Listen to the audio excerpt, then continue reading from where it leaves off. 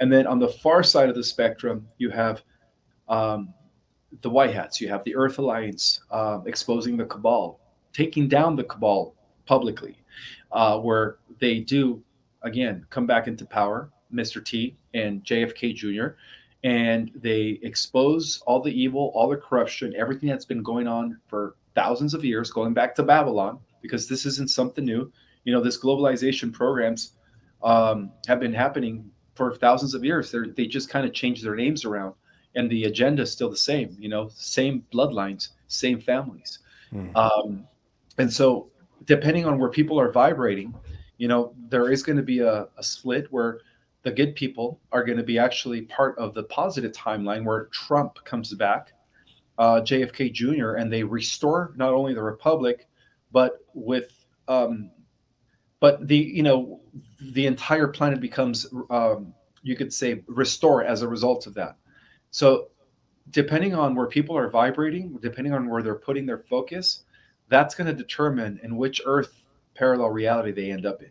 So yeah, there is a positive Earth parallel reality where the white hats, pretty much bring in a better economic system, prosperity programs, eliminate corruption, bring about justice, and everybody becomes uplifted, and we enter this new age, right?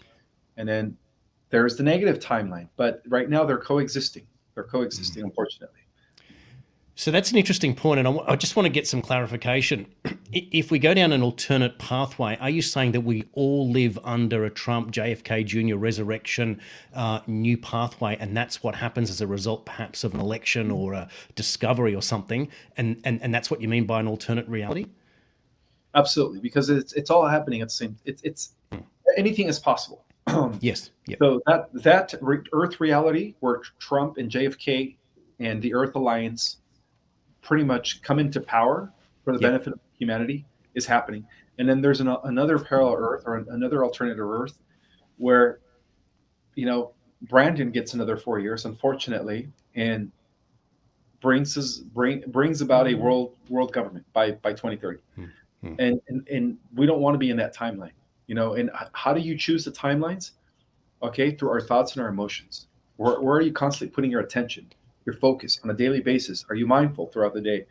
Right? Are you Mm. feeding into the negative timeline, or are you, feeding into the positive timeline? Do you consider, therefore, if we just go down this political pathway for another few minutes, that the election defeat of Trump in 2020 was therefore part of this whole evolution of the idea that he's going to be re-elected and therefore cut off the global government pathway before this 2030? Do you think that that was not necessarily it was meant to happen, but it was another pathway that still leads to an inevitable result for a positive victory for the humans?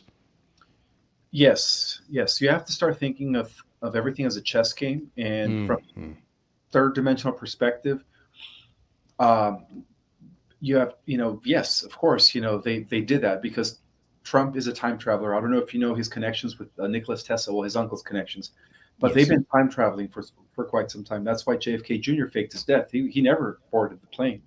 Mm. Um, and so, yes, I believe that because everything's being played out like a chess game, sometimes certain things need to happen in order for the good guys to have the upper hand at the end of the game.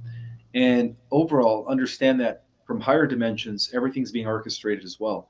So that's why light or good or, evil is always on the losing end and light always prevails.